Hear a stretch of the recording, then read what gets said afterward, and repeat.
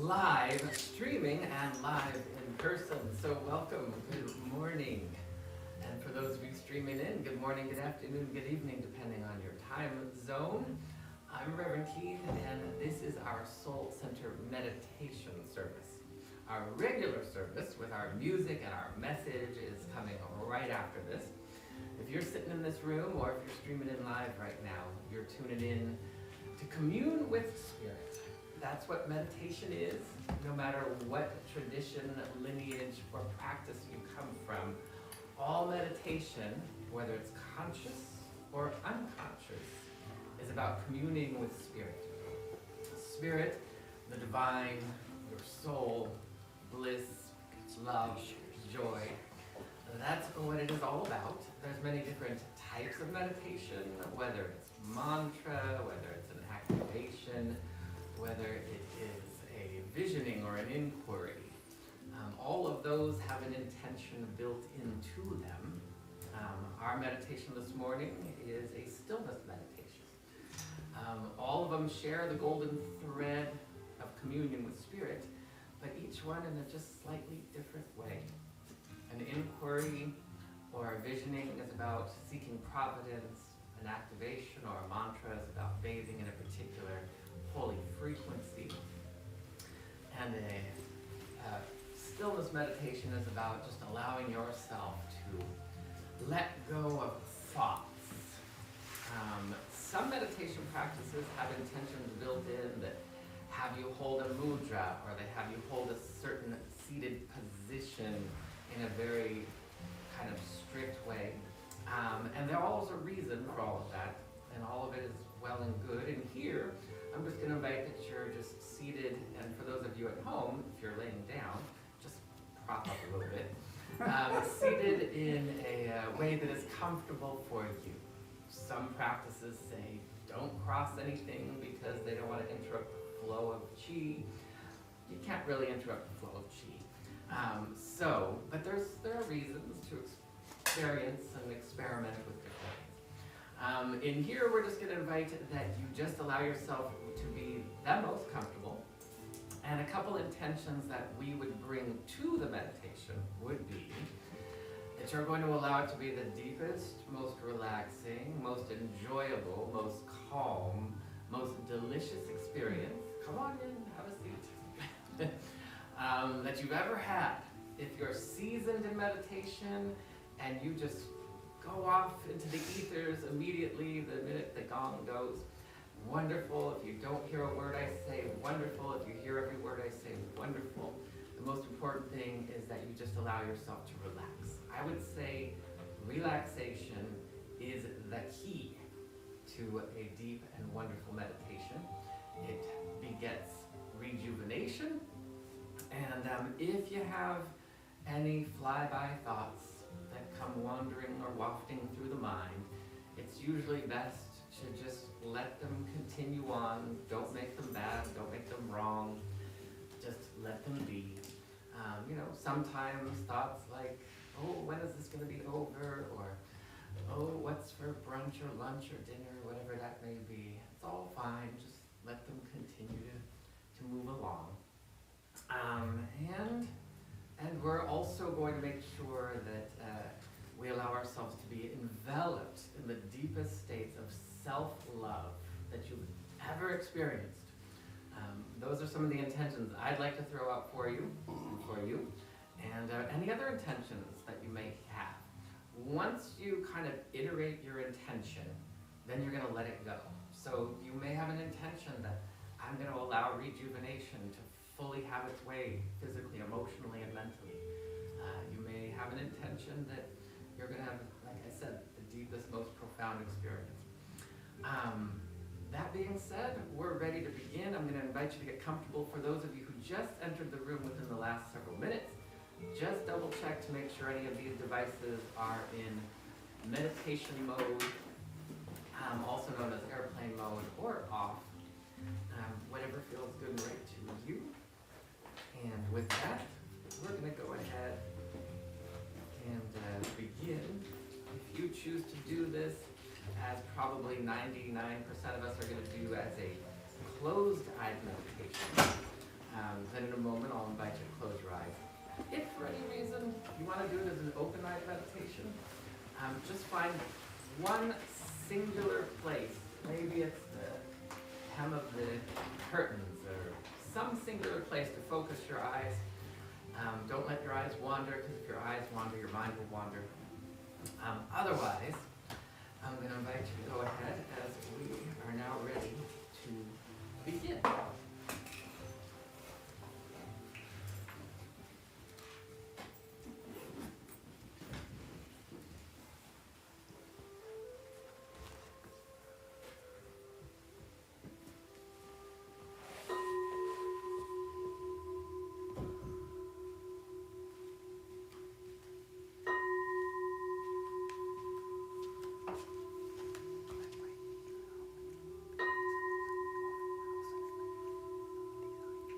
As always, we like to begin by first giving ourselves permission to relax.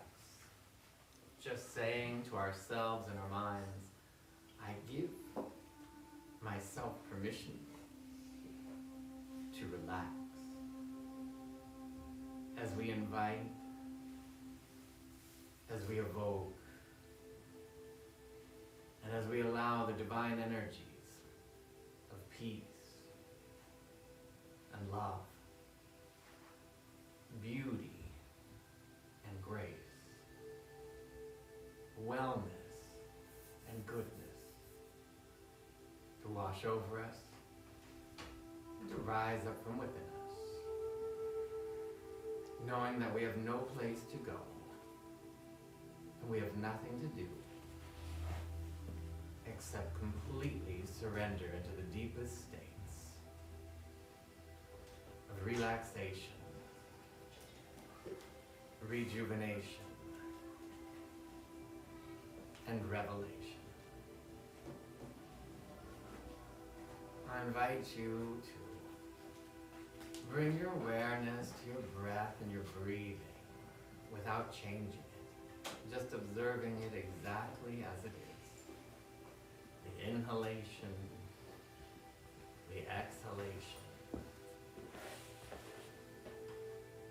I invite you to observe that soft breeze as it travels in and out, whether it's through your mouth or your nose,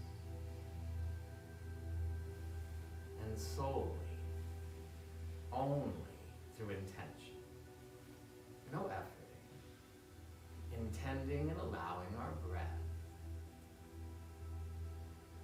to become deeper, fresher,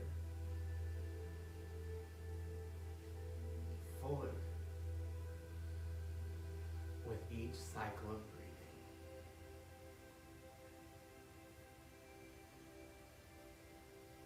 We take a moment and we allow ourselves to let go of the temple world, to let go of distraction, both from the inside and the out. For a moment, I'm going to invite you to allow the exhalation to be the vehicle of release, while the inhalation draws in and expands the eternal energies of the divine.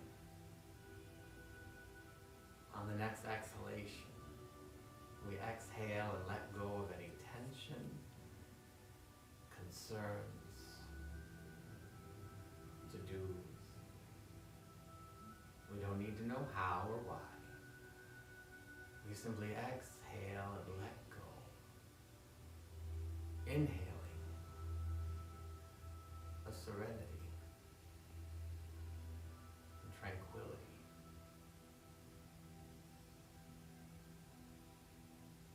Exhaling, we let go of efforting and trying. Inhaling, we draw in the energy of ease and effortlessness.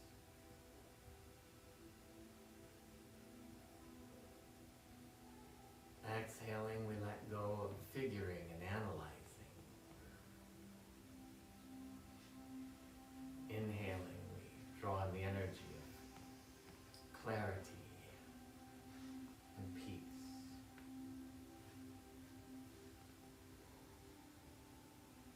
each cycle of breathing taking us deeper into freedom and spaciousness. Exhaling, we let go of the past and all energetic attachments to it.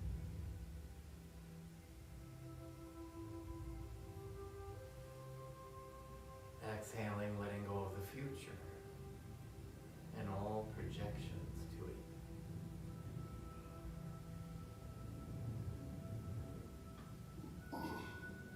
And exhaling, letting go of the present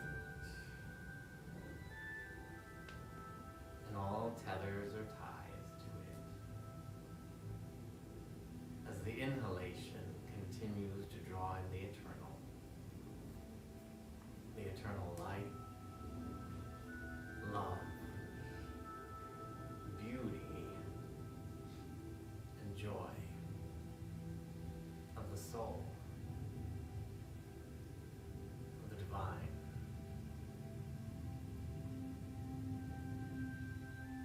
I invite you to become aware of a phosphorescence of illuminated light washing over you and rising up from within you as all the cells in your body begin to illuminate with a contagion of peace and rejuvenation.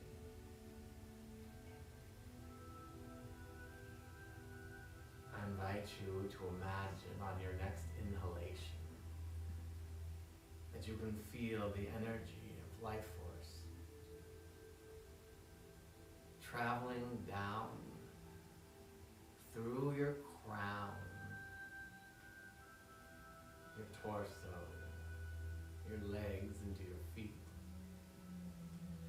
And as you exhale, you can feel the energy rising from your toes to your ankles as everything softens and strengthens.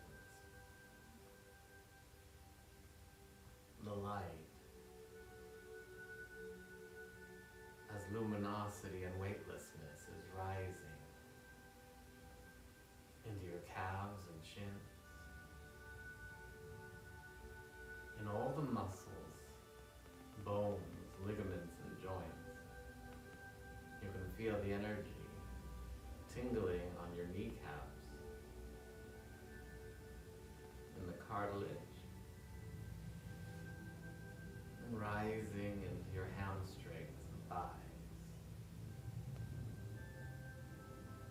Every cycle of breathing is fanning the internal flame of pure light. As that energy begins to swirl around and illuminating your hips, rejuvenating, softening, strengthening, as you feel the lower belly and lower back flood with light. And that energy begins to rises into your adrenals, middle back, core. You can feel everything below your midsection awash in a glow with homeostasis, rejuvenation, bubbling up, tingling into your chest and shoulder blades as the heart blossoms. You can feel the lightness of being making its way into your shoulders. All density evaporating. You can feel that energy tingling over your shoulders and washing down through your elbows and wrists, into your palms and fingers.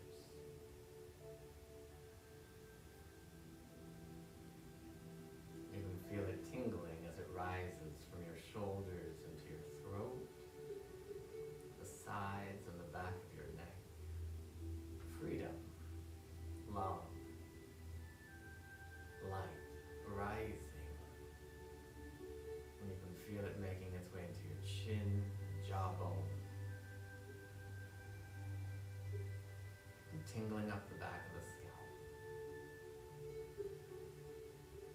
cheeks flood with light. You can feel all expression releasing from the face, and the soft smile of joy radiating throughout your entire beingness. You can feel the energy swirling on your crown and rippling out into your emotional body. The emotions softening and strengthening with compassion, love, divine strength.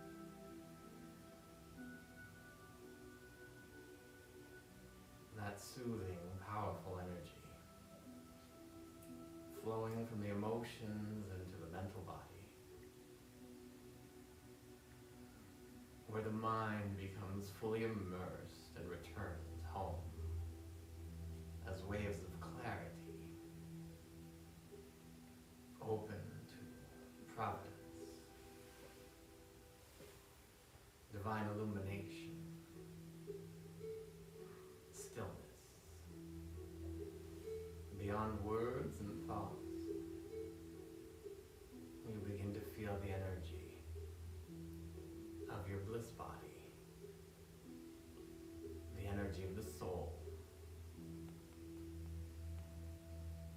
the divine light of eternality in every facet and function of your being. And it is here that we allow ourselves to rest, rejuvenate, and relax in the stillness.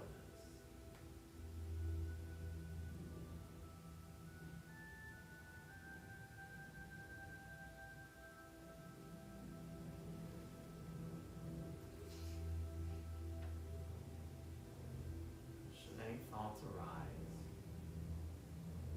just bring your awareness back to your breath.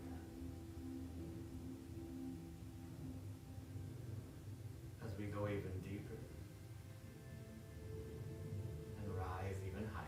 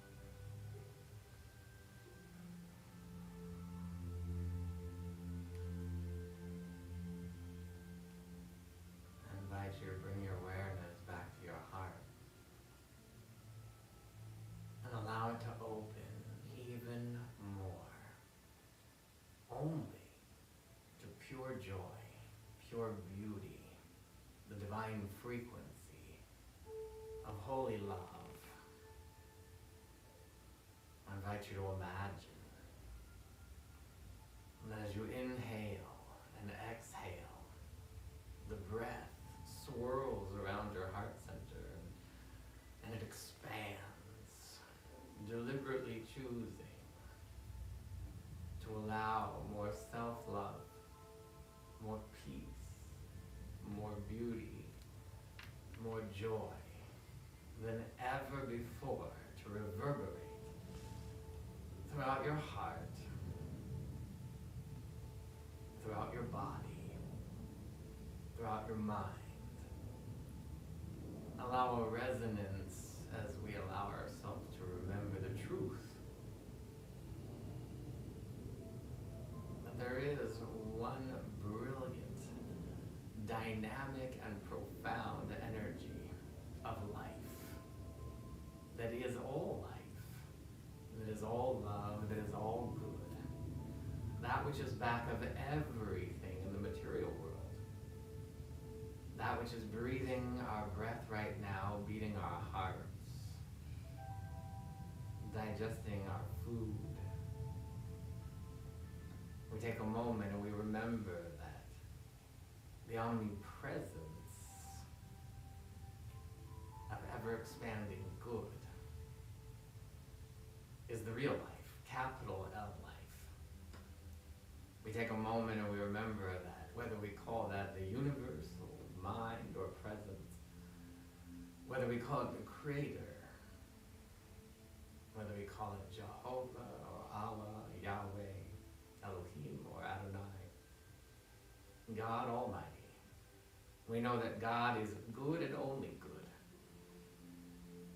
Never once has it judged, never once has withheld, never once has punished. Only praises, raises, lavishes, and loves. That is its nature, that is our nature, the nature of our soul, the nature of our true, dynamic, eternal beingness, and we choose to allow that to radiate to, through, and as our beingness.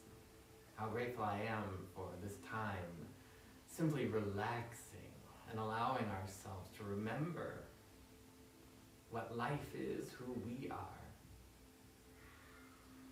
Stated in every sacred text in one way or another around the globe, for thousands and thousands of years, each of us born in the image and likeness of the divine, beyond our personality, name, age, gender, nationality, there's a divine spark, the energy of the soul, the energy of our essence. And we allow that as we simply relax to continue to glow and grow and expand. We take a moment knowing something wonderful has taken place. Without efforting, without trying, we take a moment as we acknowledge we are one with all good all the time. And we simply allow it to proliferate itself, know itself. For it only seeks to beget beauty, it only seeks to beget joy. That is life's nature, that is our soul's nature, that is the divine nature. And we bring our awareness down to our feet. And imagine you're standing barefoot in the most beautiful place in nature. And you can feel the energy traveling throughout the entirety of your energy body, from the North Pole of your energy body through your feet, and feel yourself grounding heaven on earth in all dimensions, in all areas, all facets of our beingness. And as we ground that, we come back into a lucid state of divine awareness and a deep sense of thanksgiving, knowing we are simply allowing it to continue to grow and glow even more, even now. And we simply allow it to be in acceptance by saying, and so it is. Amen. And whenever you feel ready, there's no hurry. You can open your eyes if you choose to, or you can chill a little bit longer. And we are officially returned from our meditation service. We're going to start our music and our message in just about 3.5, 4 minutes. So for those of you who are here, the restrooms are right down there if you need one. For those of you at home, you should know where yours is. This is our break. We will be back in just about 4 minutes, or 10:30 a.m. Pacific time to begin our service. Peace and blessings.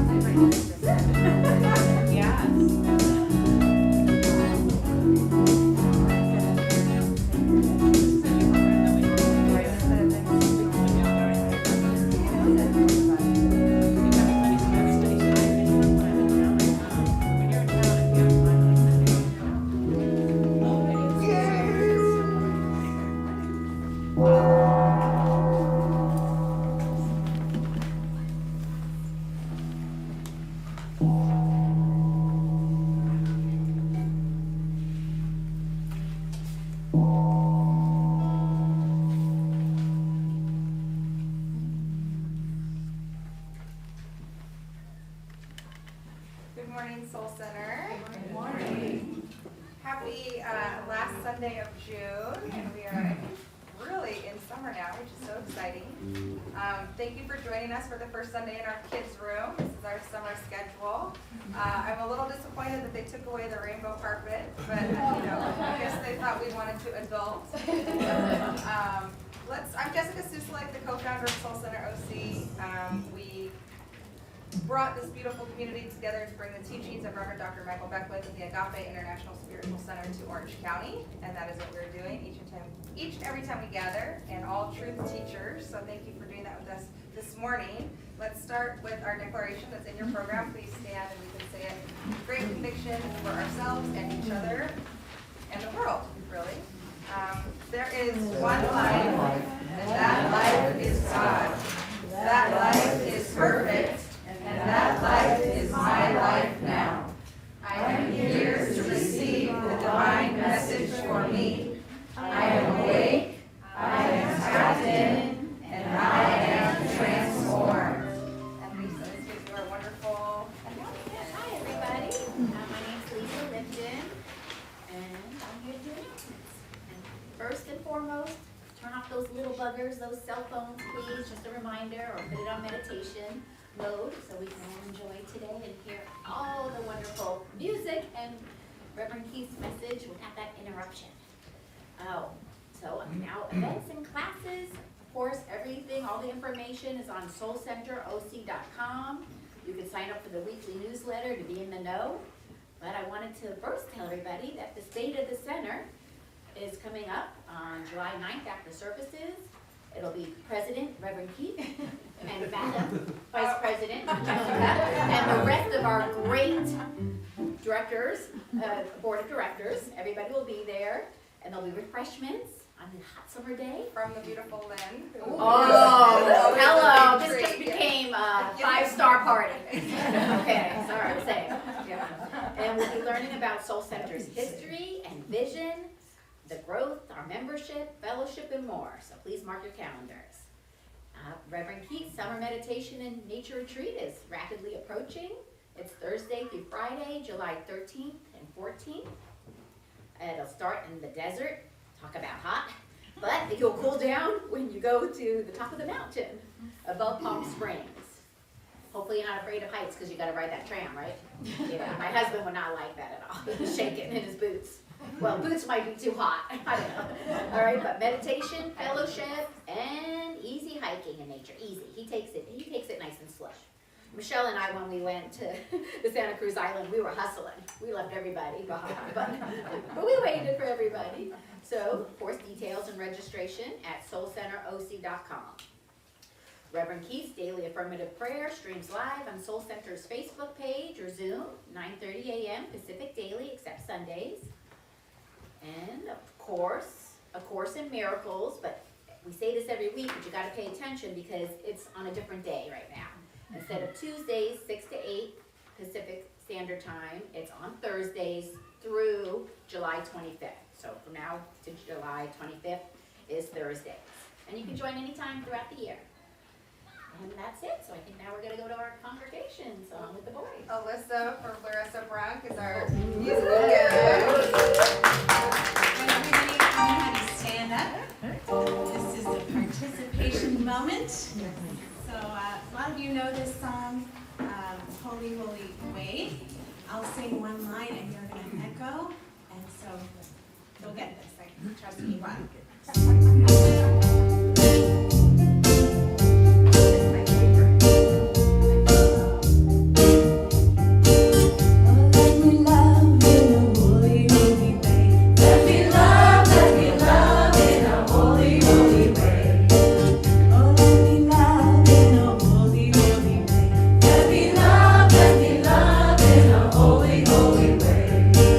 Oh, let me know that love is all around. Let me know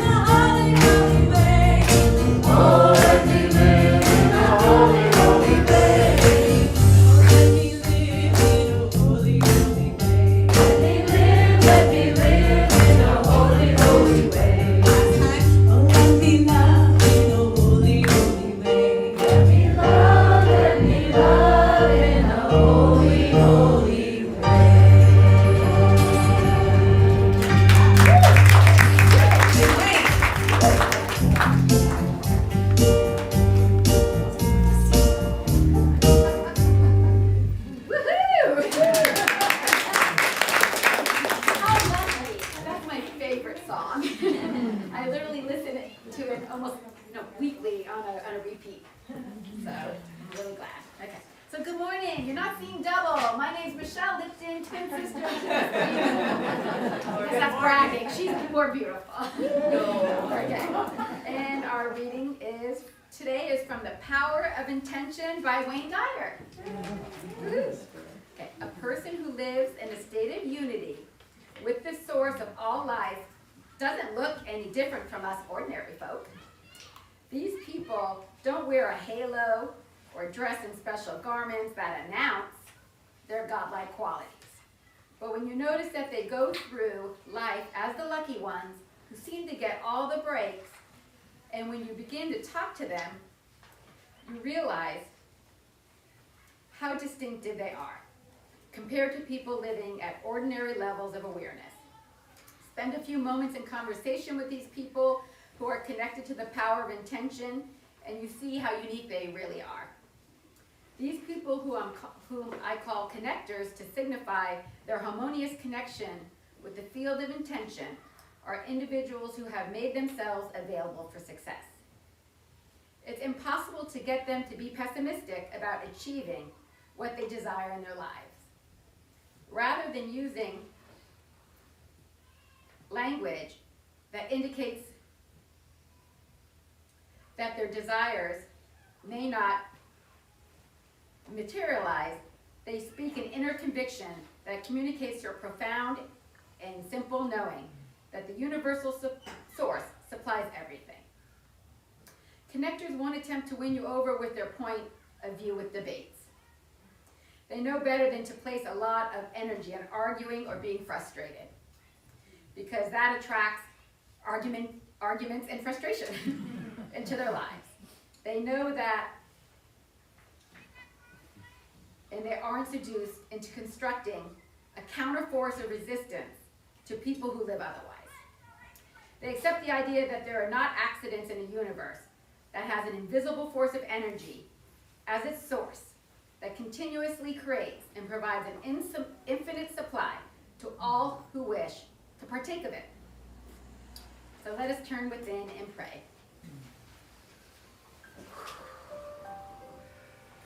I am so grateful for this beautiful summer glorious day, and that the sun is shining and the blue sky is upon us with puffy clouds that my twin loves and adores. I am grateful for the Soul Center and what this community provides me, my sister, and all of us really. And I don't think I say it enough how grateful I am for Reverend Keith. Not only from day one did I just love his message and love his inspiration, but I've taken a lot of classes from him and have learned so much and have grown so much. And I am grateful for Jessica and Patricia from Mom in Heaven for creating this beautiful space in Orange County for all of us to evolve our souls and be all we came here to be. God is everything. God is omnipresent, omnipotent. God is divine. I know I am one with the source, and that all you beautiful souls and perfect emanations of God are one with the Spirit. So I bless Reverend Keith for his beautiful, inspired message today. I bless Jesse and Brian. And Larissa, you did so awesome. Our beautiful little songbird taken front and center stage. I bless our prayer chaplains, especially Lynn being here today. She is an amazing prayer chaplain, and the prayer chaplains online, watching in the archives, and just everything you do for this community. So I bless our service and thank God for this community, and so it is. Amen. Now time for our fun affirmations. You'll find them in the pamphlet and on that beautiful screen right there. So everyone please stand up.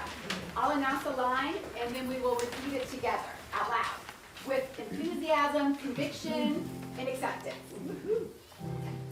I am filled to overflowing with the presence of the living God. I am filled to overflowing with the presence of the living God. Within me is the sacred gift of divinity.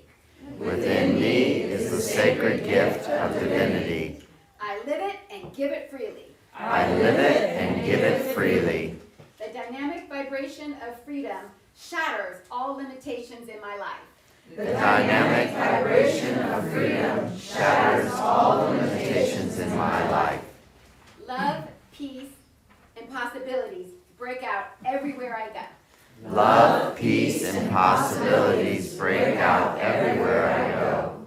The essence of gratitude lifts me up, lights me up, and loves me up. The essence of gratitude lifts me up, lights me up, and loves me.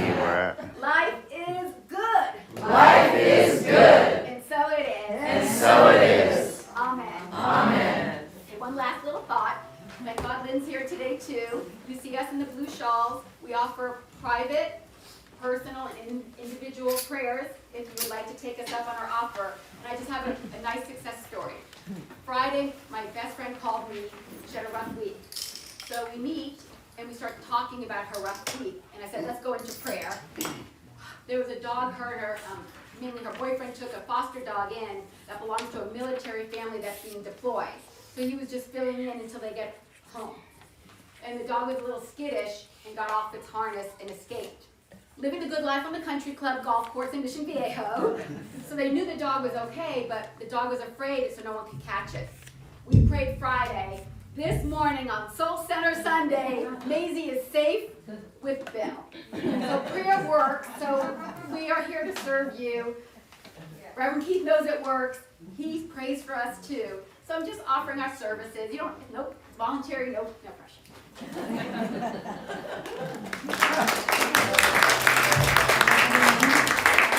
This song is called What People Need. Thank you for letting me share it with you. It's an original. And as I sing it to you, I just would love for you to imagine, instead of struggling, instead of trying to be better, to change, what if you could just let yourself be loved as you are? And hear that voice that just says, yeah, you got this. I love you.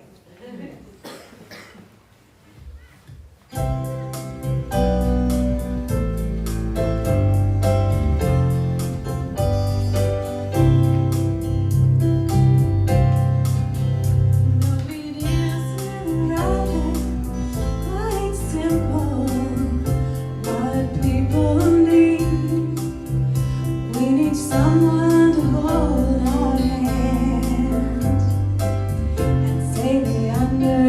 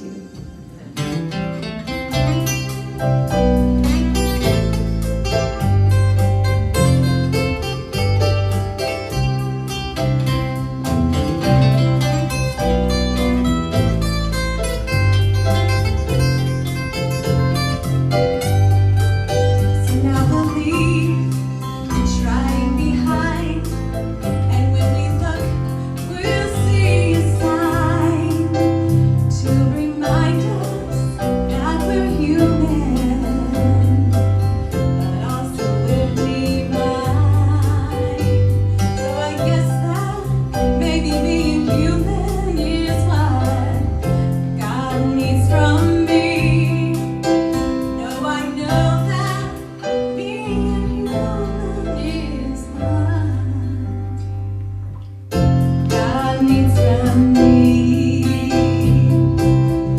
It's easy to see what people need.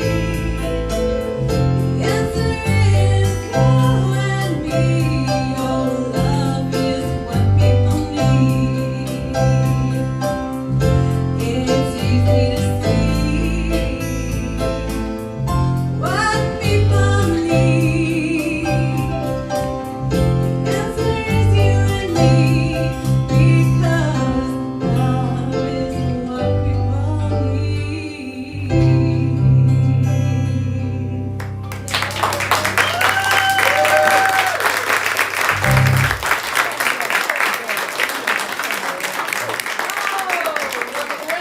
That were glorious and beautiful, just like you, all the time, inside and out. Another round of love for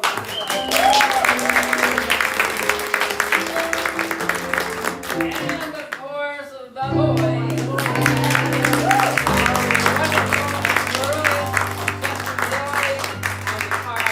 And Brian Sherrick on the keys. And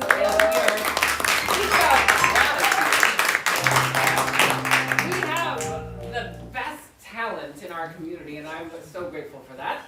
And all right, Soul Center, good morning. Good morning. Good morning, love streamers. Welcome. I'm Reverend Keith, and this is our Soul Center Sunday service, and we are part of the Agape International Spiritual Center. We are an international spiritual center ourselves. We've got love streamers streaming in. Michelle, if you're watching in Australia, good to see you. And Charles, if you're watching in Kenya, good to see you. We've got love streamers streaming in from the East Coast, from the West Coast, and beyond. And so we are grateful for all of our love streamers. We're grateful for all of our live in-person people.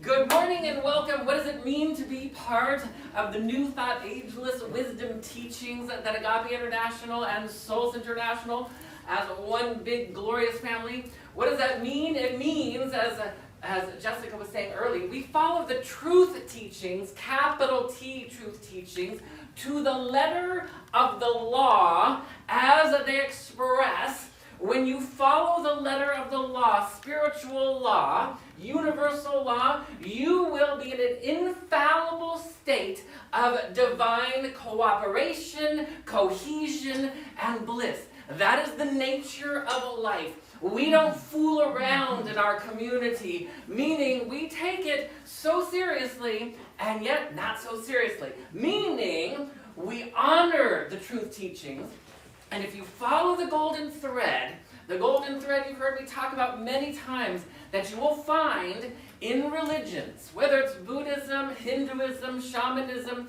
whether it is Judaism, Christianity, or Islam, whether it's any other indigenous teaching around the world, there is a golden thread of truth that honors the universal laws that are back of all life. And every law that governs the universe has one thing. They all share this in common, and that is to beget bliss, good, joy, and love. These are the eternal frequencies, and they're all conspiring for that in life, capital L life. Not lowercase l life, where lowercase l life is when you're in your human experience and you stub your toe, or you have that argument, or you get caught up in traffic and you experience the temporal energies of resentment and anger and guilt and shame and frustration. Those are of the temporal world. The eternal world, when we talk about love, not from the airy-fairy perspective, but from the perspective of love is the creative, intelligent power back of life. It is more than just lovey-dovey romance. It is more than just kindness. It is more even than compassion, but compassion really holds a wallop of loving energy, because compassion allows you to feel and understand truth, not from the temporal world of empathy, which allows you to get down and commiserate with somebody, but from a place of divine strength that allows you to be steadfast in a holy knowingness that all is well, even when something on the temporal plane doesn't seem to be going well. And so we are a community that says yes, as we listen to the master teachers, whether it's Yeshua ben Joseph, also known as Jesus, whether it's Mohammed, whether it's Moses, whether it's Wayne Dyer, from the New Thought Ageless Wisdom teachings. The forefathers and foremothers of our movement studied diligently, profoundly, and then they took the mystical teachings and they put them into play. And that is what we are here to do. We are to put them into play and put them into pray and make sure that we are cultivating a life that honors what it means to be born in the image and likeness of God.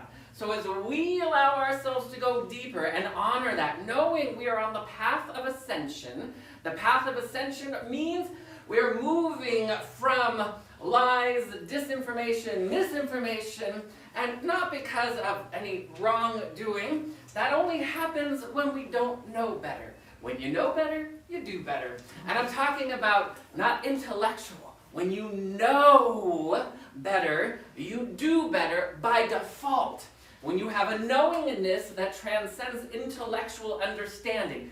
I know that intellectual understanding. I know that an embodiment. We're moving into an embodiment of that. And as we continue in our last week of the month of curating bold, bountiful, and beautiful life, what does it mean to curate a bold and bountiful, beautiful life? It means you participate in the conscious evolution of your life.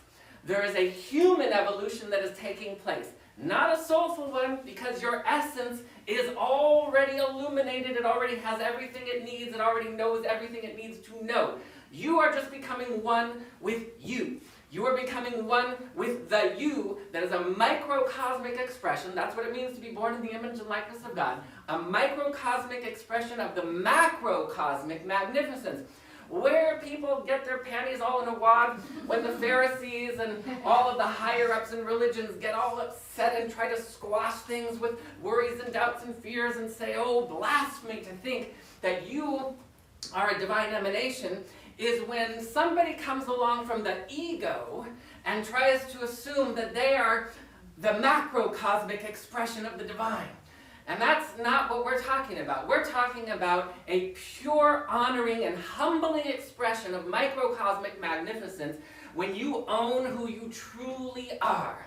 And that means you gotta opt into the divine plan. That is what choice, free will, and free choice is all about. That's what the topic of the day today is. The topic of the day is opting into our divine plan.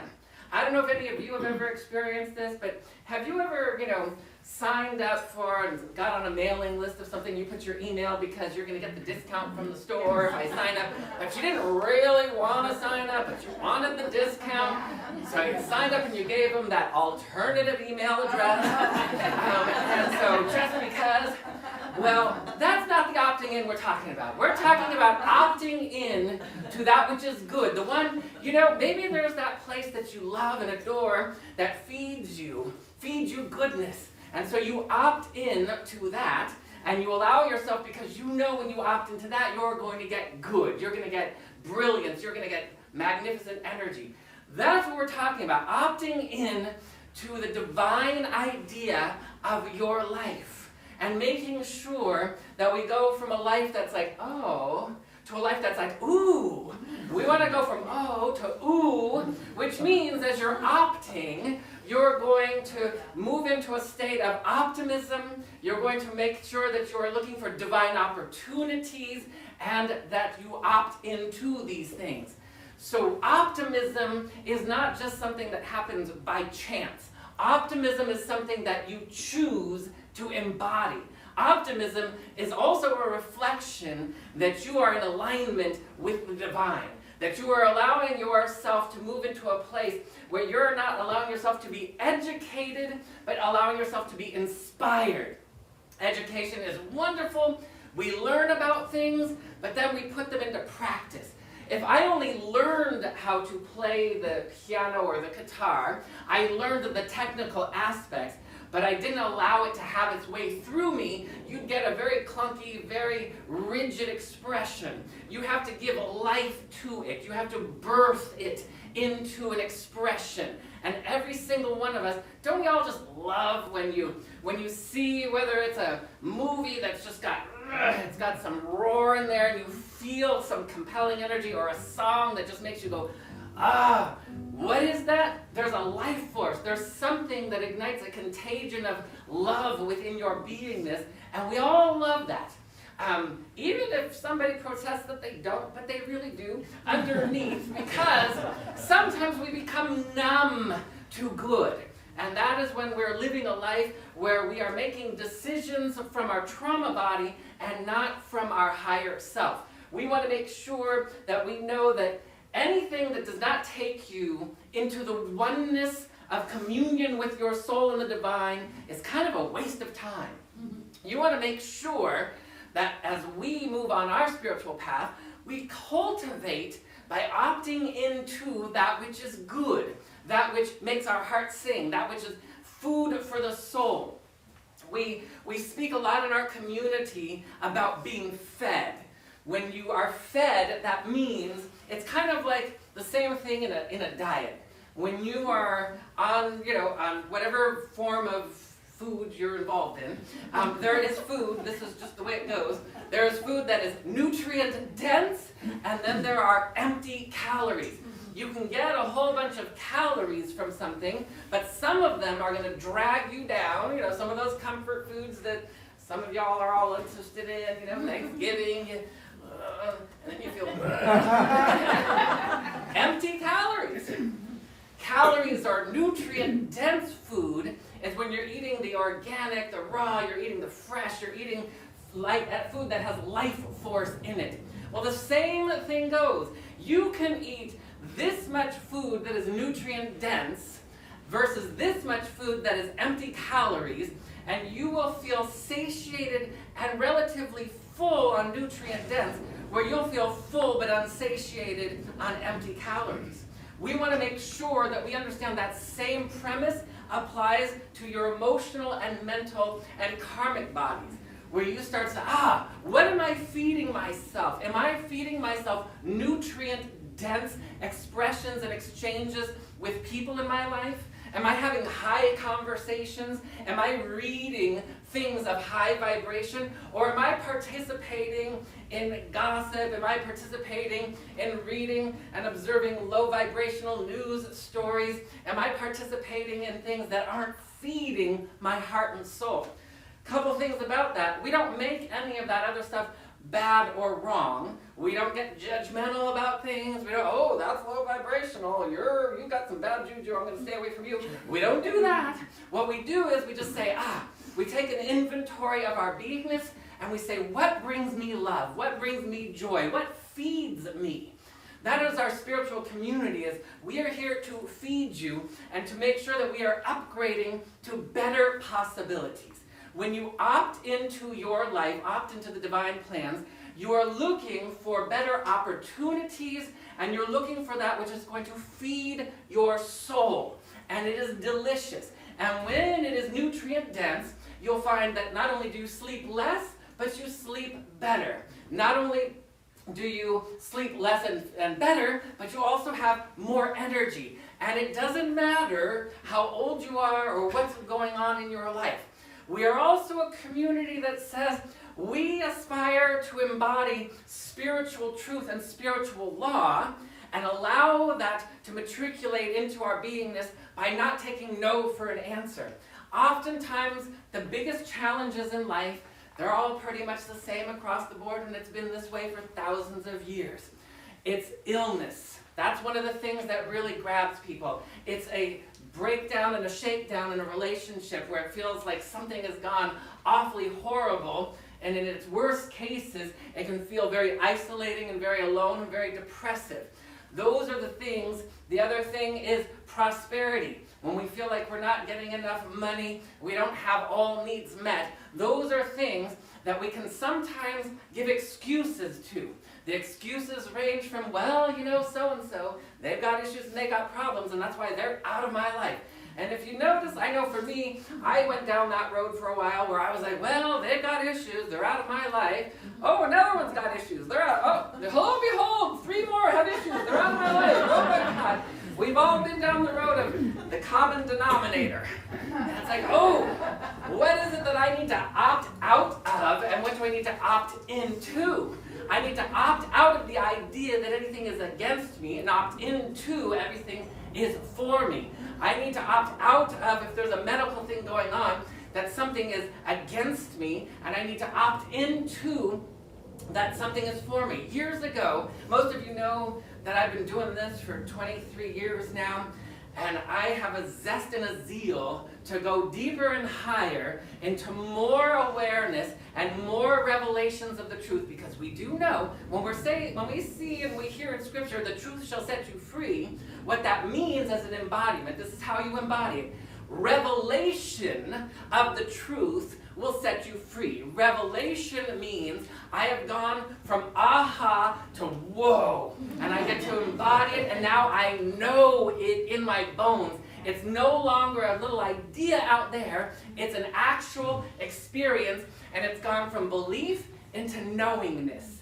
Knowingness is when we're embodying something, when you know. We all want to know what's going on with the truth in our lives. So years ago, as I was working with people in spiritual counseling and healing, and there was a gentleman who would come in, and he was going through a rough time in his life, and the thing that really kind of sent him over the edge was, he was, I don't know, I think he was in his late 40s, early 50s, and he was gotten to this place where he had received a diagnosis of diabetes. And he came in and he was like, I can't do this, I can't. He had had a breakup in a relationship, some other things had kind of fallen apart, and he was like, and I was like, no, we are not going to accept the diagnosis. And so then the journey begins.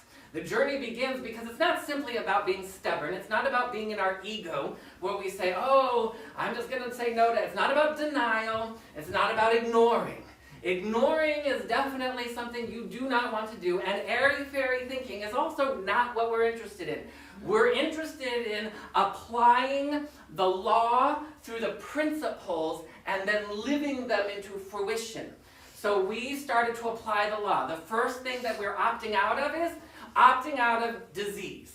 Then we're opting into, I want to know what it's like to have spontaneous awareness that within my body temple, all is well.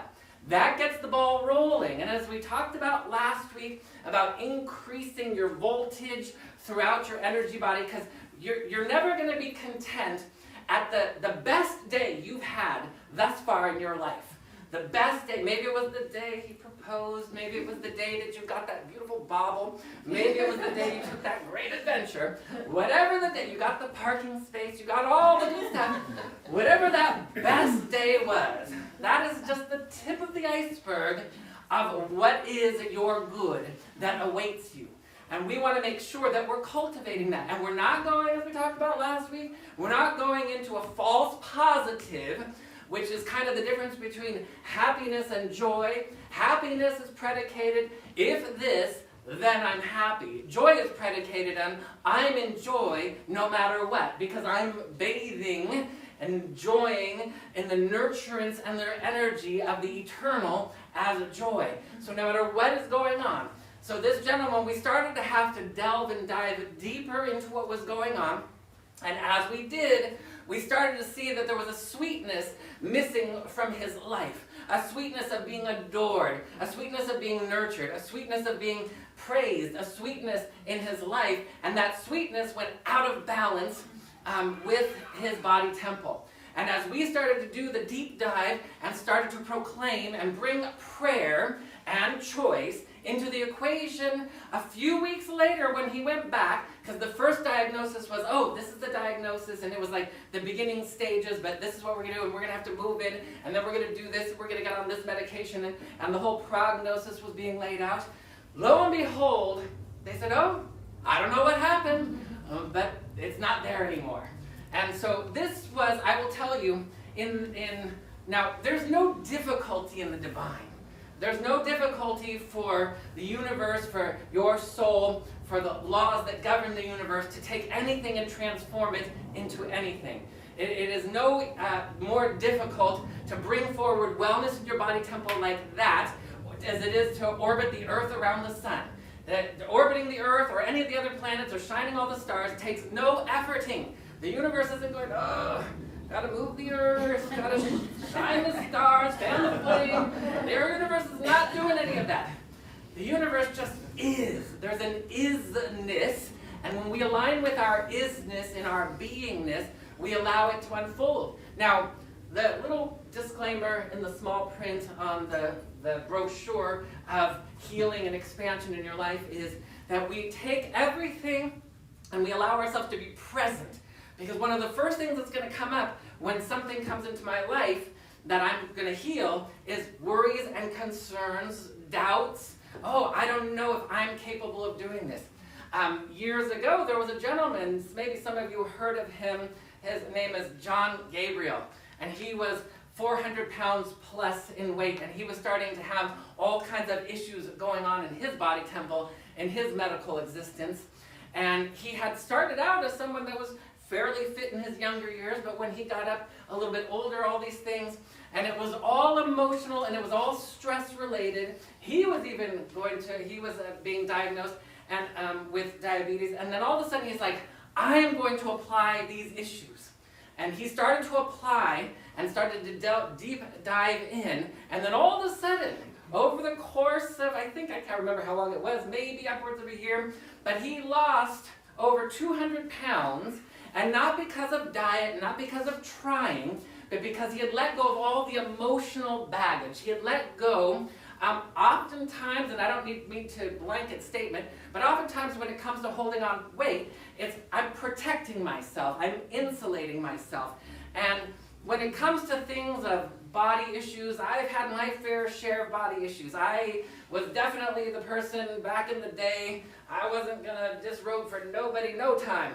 And that was because I had shame within me. It didn't have anything to do with my actual body. I had an inner shame within me that felt like, oh, if you see me, which is reflective, so, when you get into a bathing suit or something like that, you're becoming a little bit more vulnerable, and you'll find out what you believe about yourself by what you feel about when you do something like that.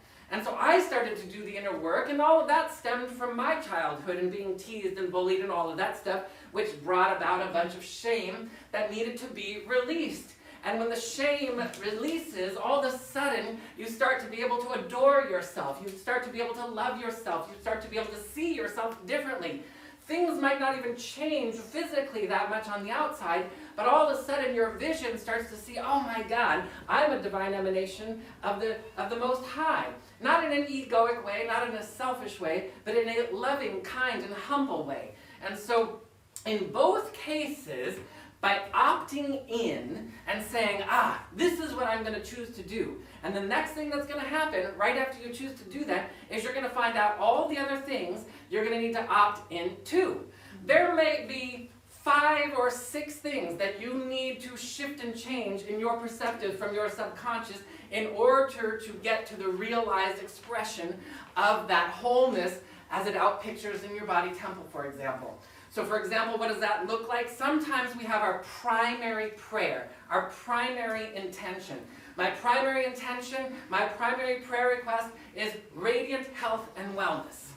Then all of a sudden you're going to find out everything that's in your subconscious that is contrary to that, which is going to bring out the secondary and tertiary prayer requests, because now I'm going to have to heal the shame. I'm going to have to heal misperceptions within my subconscious that allow me to move into the acceptance of the primary prayer, the primary intention. This requires a little bit of resolve. It also requires putting on a little bit of your spiritual Sherlock Holmes hat and saying, like, I'm going to just do a little bit of kind investigation, gentle investigation to find out, which means that you are going to allow yourself to work with the divine, work with your soul to allow revelation to take place within your own beingness. You're going to remember what it says in Scripture, in Proverbs, above all else, protect your heart and mind, for from this life flows. Protect your heart and mind is talking to what you think, what you speak, and what you feel moves out into creation.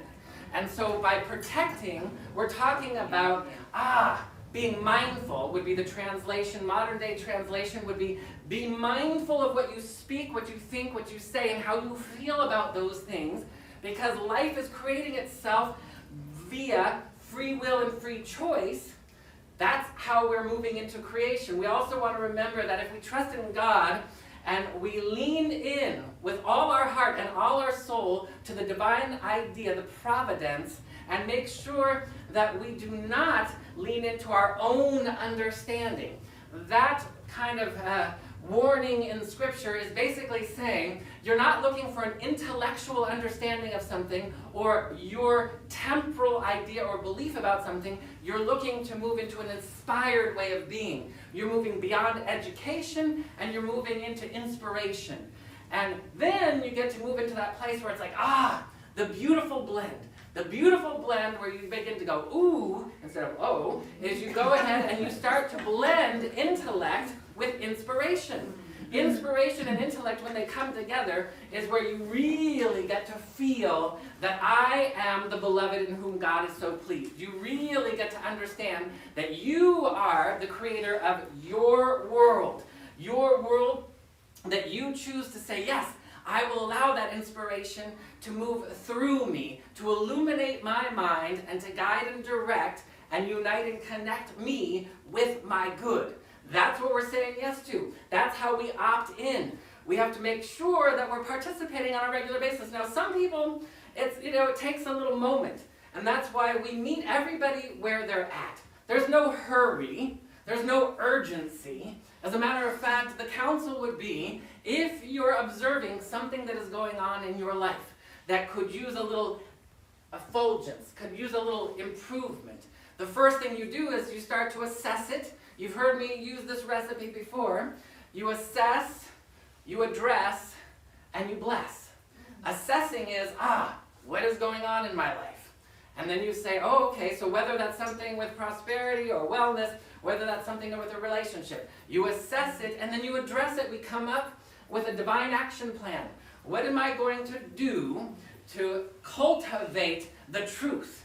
And then we move into the blessing part. And the blessing part is where we allow prayer, meditation, intention, and community, where we lean in to others. Sometimes I don't have the capability to hold for myself what needs to be held, so I lean into someone else that can hold it for me. When that gentleman came in and he was dealing with the diagnosis of diabetes, I was like, no, you're going to lean in and I'm going to allow you to know that I will be the hem of the garment, as stated in Scripture, when they were talking about the woman where Jesus was walking through the town and the woman was needing a healing, and she just felt, if I just touch the hem of his garment, I just feel the energy emitting from him that's steeped in truth, then I will be realized in the healing.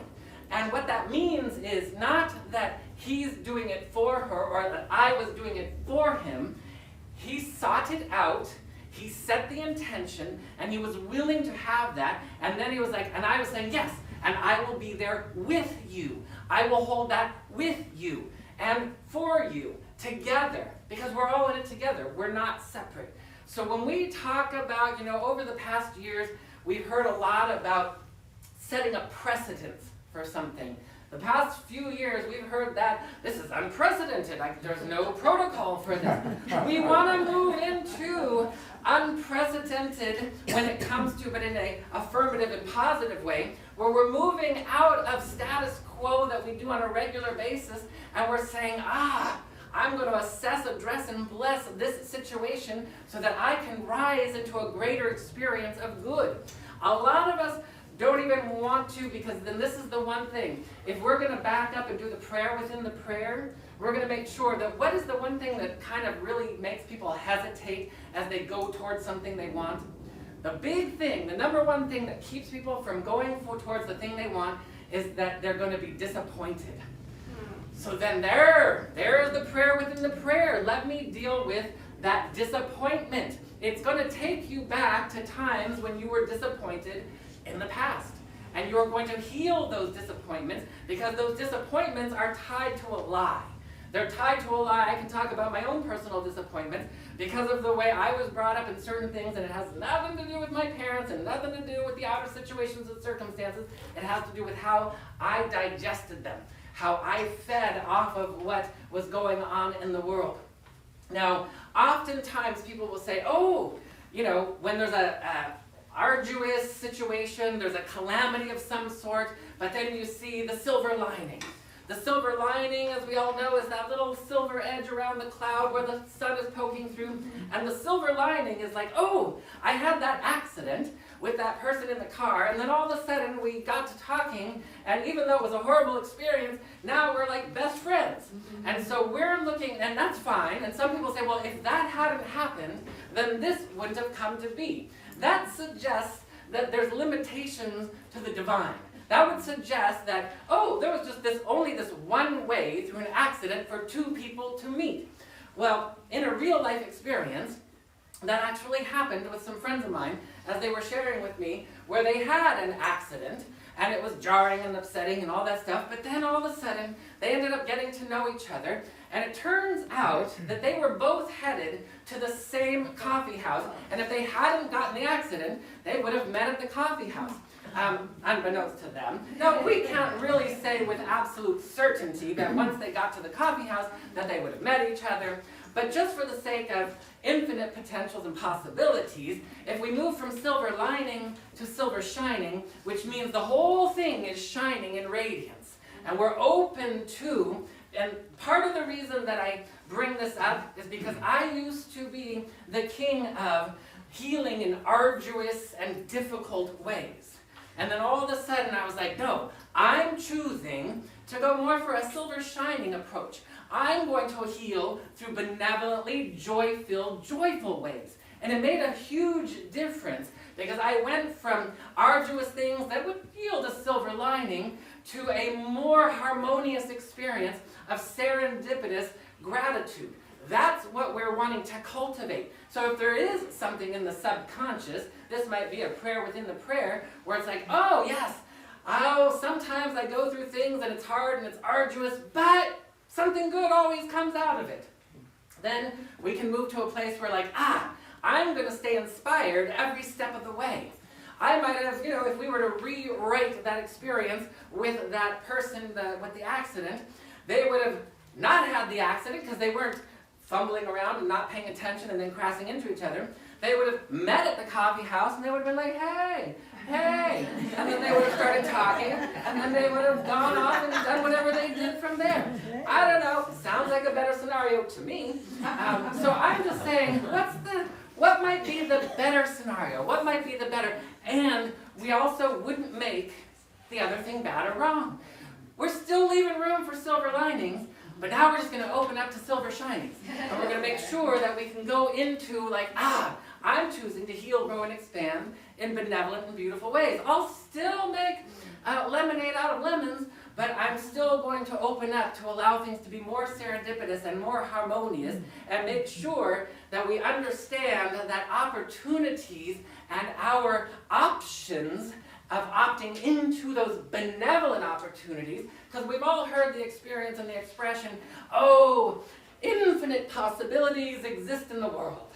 And yes, they do. And that is why a lot of us are walking around upset and frustrated and angry and resentful, because infinite possibilities exist in the world. That's why we see war, we see famine, we see racism, we see these types of things that are very divisional, because infinite possibilities exist. But not for us. We're going to say infinite benevolent possibilities exist. Yes. I'm choosing infinite benevolent possibilities that are always a win-win for everyone. Now, some of you might think, oh, that sounds kind of airy-fairy. Infinite benevolent possibilities, win-win for everybody. That's just not possible. You're not really understanding how the real world works. The real world isn't the real world. The real world is the divine.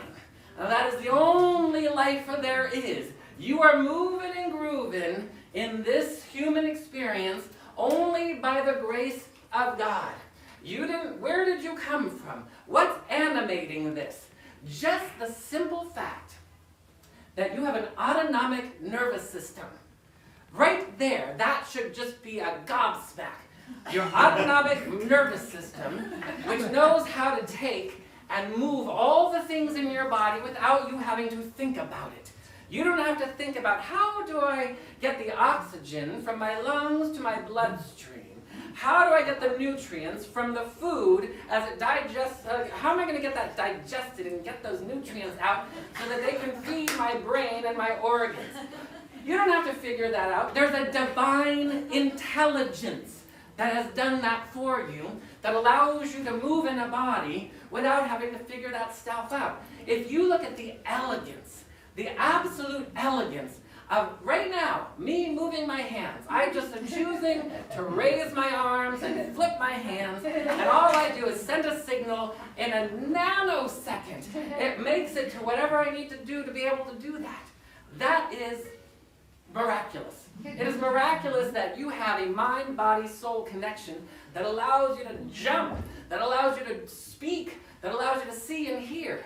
But there's so much more.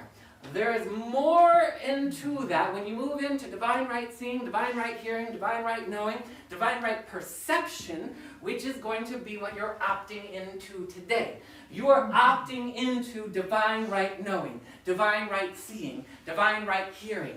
That's when you're going to take heed of that passage in Scripture where you're not going to rely on your own understanding, which is talking about your egoic understanding, and you're not going to allow yourself to get disappointed when you make a choice and you start to move in the direction of the choice and you hit up against a subconscious belief that is contrary to that primary intention, and then you go, oh, it's not working, oh well, I'm just going to just give it up because I don't want to be disappointed. No, what you're going to do is you're going to set that choice, you're going to set your direction, you're going to head. Now, this gentleman, John Gabriel, when he was diagnosed, he listened to what the doctors were saying. When the guy who came into me was diagnosed, he listened to what they said and he rejected. They actually both rejected that. And they said, no, that's not what I'm going to know. They didn't say it to their faces. They were just like, you know what? I'm going to allow for something just. Now, I've also done this in my own life.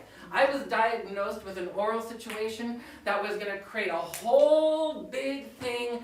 They were going to have to do a whole root canal and a bridge and a whole this and things, and it was going to cost thousands of dollars. And I said, no. And I started to bring in the healing energy, and lo and behold, none of that and everything came back into fruition.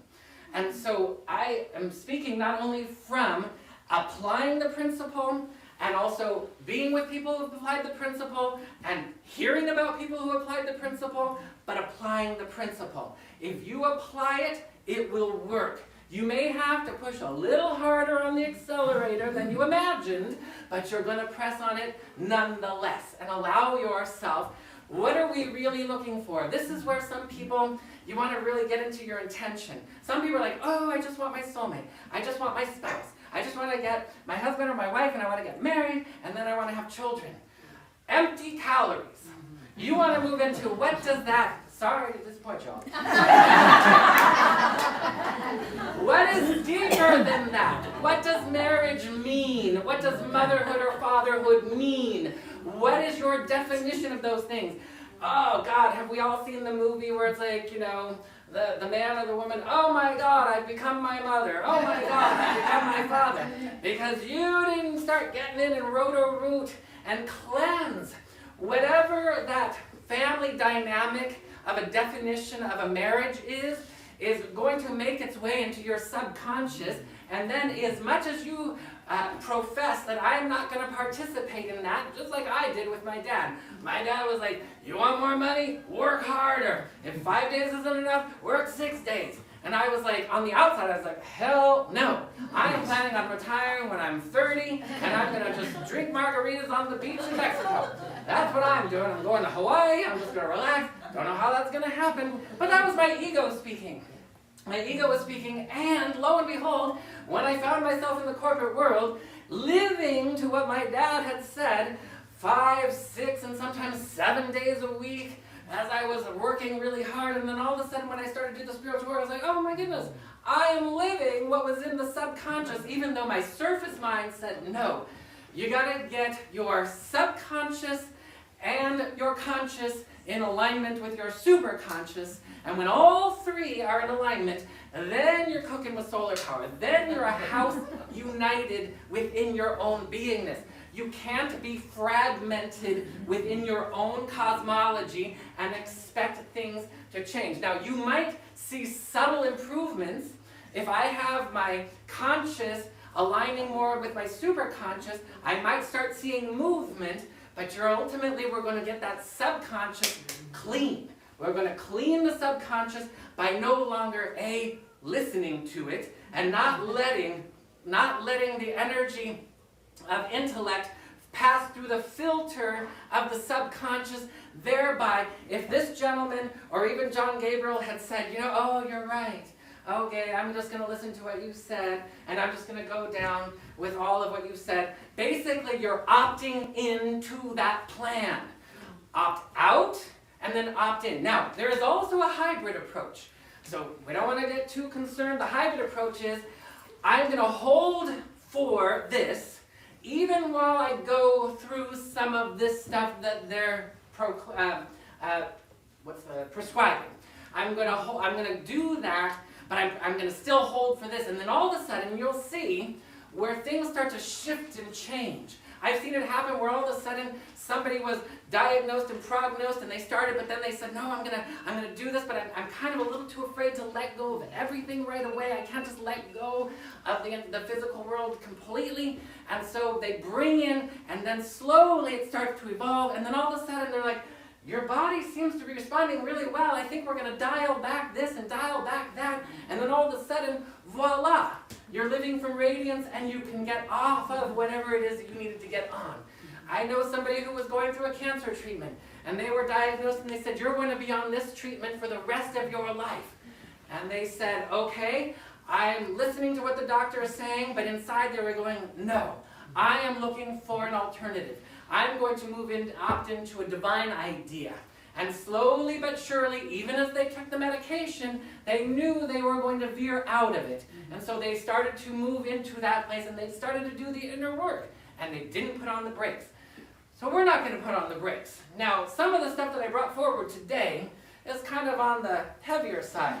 We want to make sure we apply the same thing to the dust bunnies. The dust bunnies are the little things in life that, oh, well, it's not that bad, so I'll just leave it the way it is. No! You're going to clean up all the dust bunnies as well. So we're all in agreement that we are opting in. Basically, if I was going to just take this whole talk and nutshell it, you're going to opt in to the highest, greatest, grandest vision and version of your life.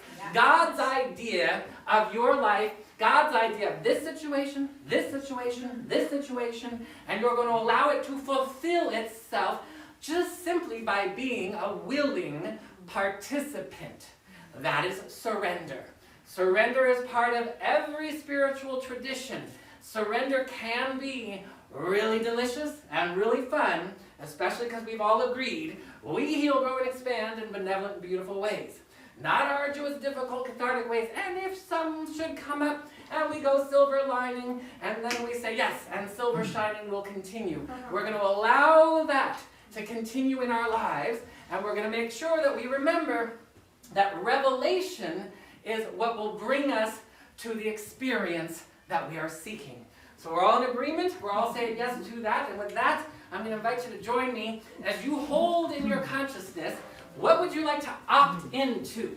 Opt into a greater experience or expression of sincere and pure and humble prosperity, sincere, pure, and humble expression of a relationship, sincere, humble, and pure experience of self-love, whatever it may be, as we move into the prayer field.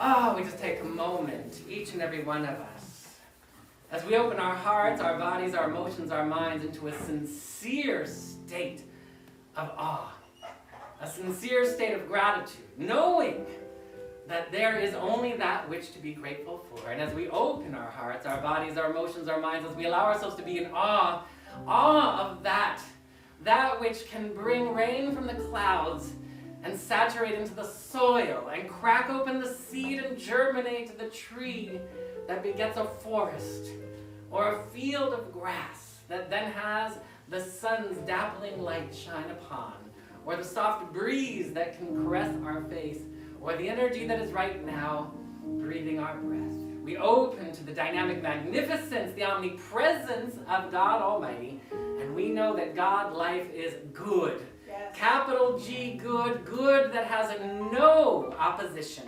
We move into the oohing and the ahhing of life by remembering the truth that we are one with this. We are all born in the image and likeness of God. We choose to know what that feels like, what it looks like, what it smells like, what it tastes like, even more than ever before. I am grateful to know that each and every one of us has everything we need, and that we remember, ask and it is given. We say, yes, I am opting into the divine idea of my life, God's idea, my soul's idea, and that which makes my heart sing. And we know the conspiracy of good that is bringing forward the satiated prayer is eagerly awaiting to bring forward the kingdom of heaven to, through, and as our lives, individually and collectively. I speak this word knowing that each one of us is saying yes to being in alignment and integrity and filled with optimism. We look for the benevolent opportunities, we allow ourselves to be overwhelmed with optimism, and we opt into all of that, and we allow it to be good. And it is from a place of deep and abiding thanksgiving, deep and abiding faith, divine expectancy, that we speak this word knowing that in the beginning is the eternal, and the eternal and the word that is with God is made flesh. And we speak this word, allowing it to be brought forward elegantly, serendipitously, joyously, benevolently, by saying in acceptance, and so I let it be. So I let it be. Amen. Amen. Amen. Amen. Amin. Amen. Ashe. Ashe. Aho. Aho. Mahalo. Mahalo. Shalom. Shalom. Hotep. Hotep. And hallelujah. Hallelujah. All right. This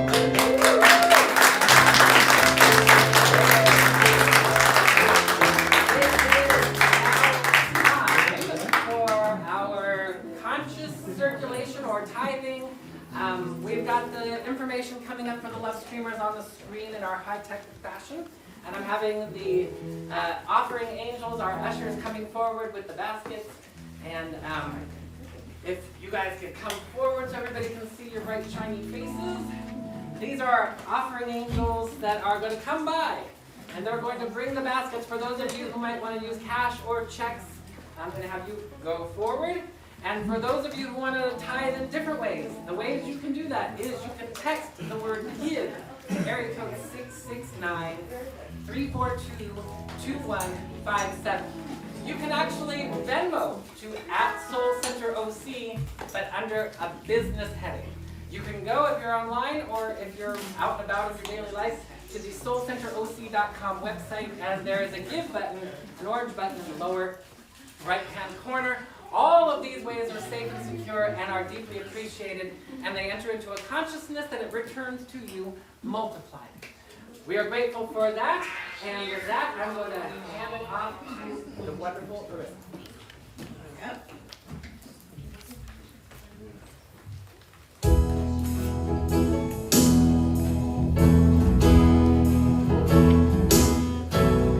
I've been on the outs with my soul. I've been having my doubts, billows roll. I've been walking through a dark night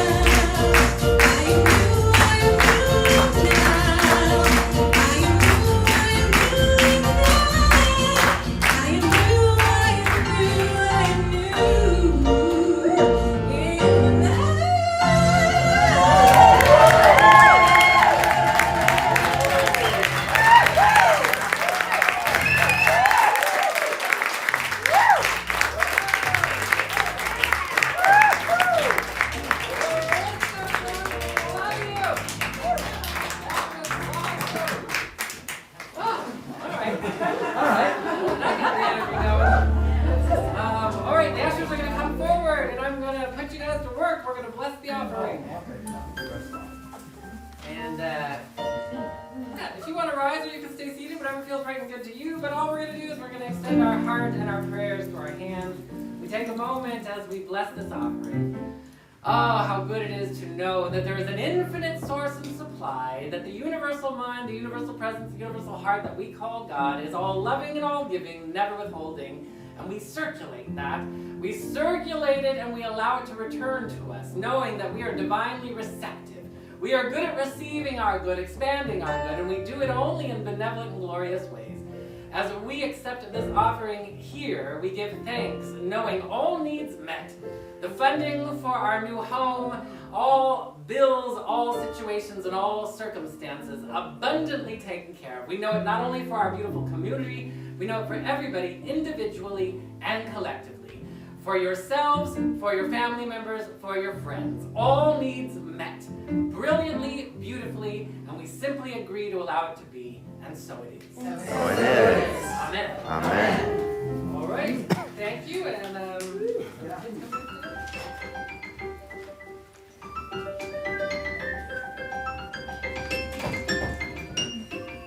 a momentary Your Royal Highness, how are you? pause as we await children. She's here. Yes. Are they here? We're gonna find out. This is that, kind of like a cliffhanger. Recognize between hours. Oh, all right. Oh, so normally at this point we would have the children come in and share a little bit about their beautiful time, but I think they're so enveloped in their divine experience. We're going to just move into our closing song, which is in your program. You can find the words if you want to sing along.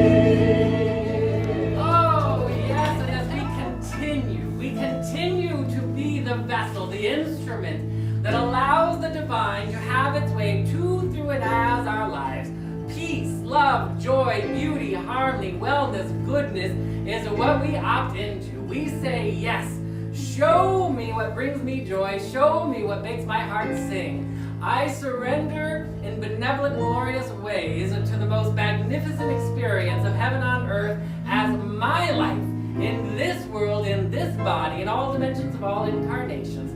Grateful for this day, knowing something wonderful has ignited itself, even more that lifts us from glory to greater glory.